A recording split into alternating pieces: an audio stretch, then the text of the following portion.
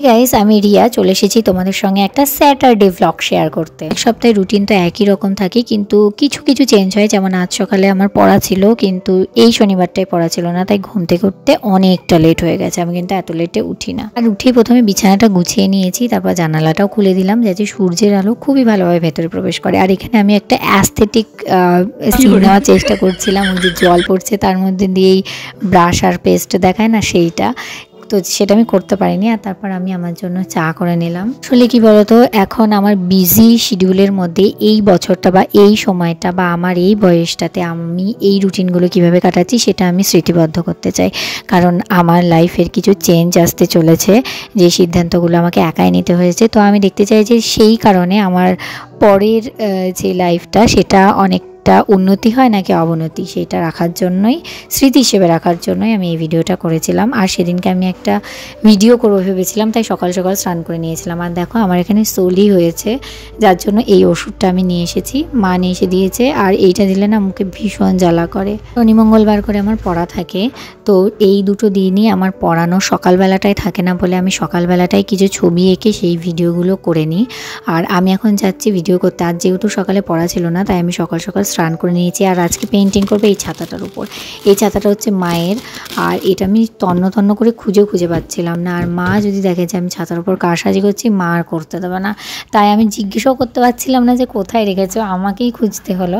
তারপরে এই যে আমার প্রিয় ঘরটাতে আমি চলে এসেছি। এই ঘরটাতে সব থেকে শান্তি পাওয়া যায়। চলো আজ এটাও দেখাবো যে আমি একদিনে কটা ভিডিও বা কটা হাতের কাজ করি। আজ যেমন ছুটি, প্রথমেই এই কাজটা কমপ্লিট করেছি, এই মুখোশ বানানোটা কাজটা ছিল। আর এই যে এই 3D পেন্টিং, ওখানে আমি লোটাস পন্ড বানাবো, তো ওই কাজটা পড়ে রয়েছে পেন্টিং, ওটা করতে হবে। আর এখন আমি জামা কাপড়গুলো মেলে নিচ্ছি, তারপর একেবারে কাজে হাত দেবো।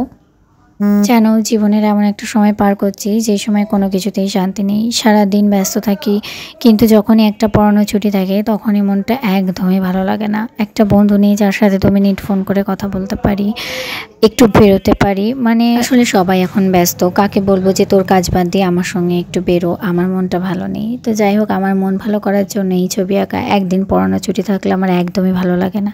এদিনকে পড়া ছুটি, স্যার অনেক রাতে বলেছিলেন, না হলে যেদিন পড়া ছুটি থাকে আমি এক্সট্রাও পড়িয়ে দিই বা ছুটির দিনের পড়াটা আগে করিয়ে দিই, কারণ যদি ছুটির দিন কোথাও বেরোই।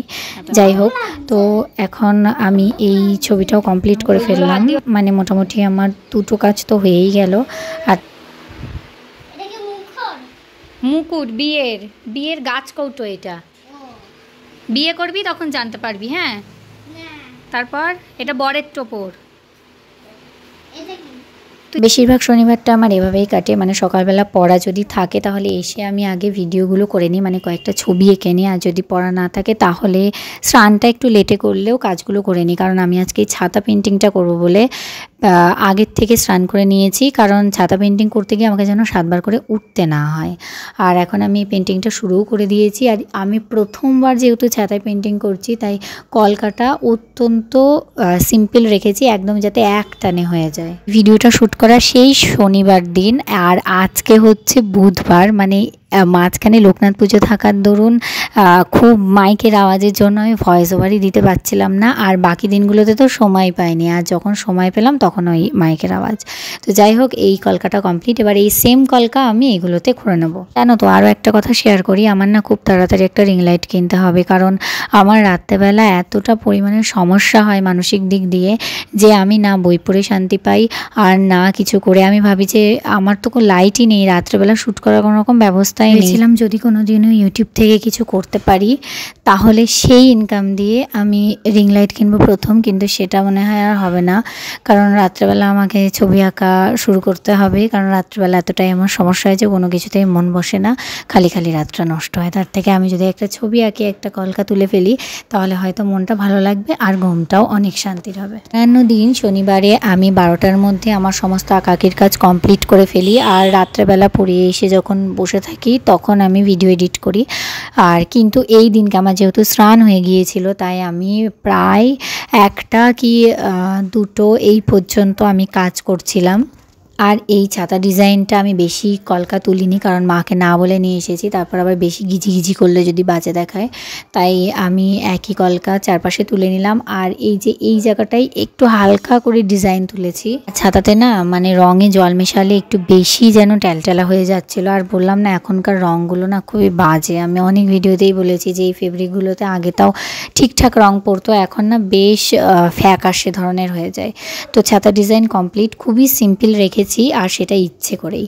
তারপর তো আমার ভীষণ গরম লেগে গিয়েছিল, নিচে এসে ওই আগের দিন বাড়িতে লোক এসেছিলো বলে কিছুটা কোল্ড ড্রিঙ্কস ছিল, সেই কোল্ড ড্রিঙ্কসটা আমি খেয়ে নিলাম। সচরাচর এত ঠান্ডা আমি খাই না, কারণ আমার গলার সমস্যা রয়েছে, সেই কারণে আমি প্রচুর পরিমাণে চা কফি খাই। তারপর ভাবলাম যে আরও সময় আছে, তাই আমি এই ছবিটাও এঁকে ফেললাম। তাই করতে করতে দেখো 1:45 বেজে গেছে। আর এই ড্রেস পরে আমি একদমই কমফর্ট ফিল করছি না, আমাকে এক্ষুনি নাইটি পরতে হবে। ড্রেস চেঞ্জ করে আমি ঘুমিয়ে গিয়েছিলাম। বিকেলবেলা এসেছিলাম ড্রয়িং করাতে, শনিবার দিন আমার এই ড্রয়িংটা করানো থাকে। আর ও দেখছিল যে আমি ভিডিও করছি কিনা, আর ওর সেদিনকে প্রজেক্টের কাজ ছিল, তো সেগুলোই আমরা কমপ্লিট করছিলাম। তো যতই বাইরে পড়াতে যাই, এই যে বাড়িতে এই 2জন ব্যক্তি পড়তে আসেন, এরা আমার অনেক কাছের হয়ে গেছে। এদেরকে ছাড়া যেন আমার মনটা একদম ভালো লাগে না। আজকে আর্য শেষ পড়তে এসেছে এখানে, কারণ আমি ওকে যেই স্ট্রিমটা পড়াই ও অন্য জায়গায় ওকে 2টো স্ট্রিমই পড়াবে, আর্টস সায়েন্স, আর আমি শুধু সায়েন্স পড়াতাম, তাই ও এখানে ছেড়ে যেখানে সব সাবজেক্ট পড়াচ্ছে সেখানে পড়তে যাচ্ছে। তো কফি নাকি ভালোই টেস্ট, তাই আমি ওদের জন্য একটু হট কফি বানিয়ে আনলাম। তারপর পাশের বাড়ি কাকা কাকি এসেছিল, ওদের জন্য কফি বানিয়ে নিলাম। তো চলো আজকের মতো এইটুকুই, দেখা হবে অন্য কোনো ভিডিওতে। সাবস্ক্রাইব করতে ভুলো না।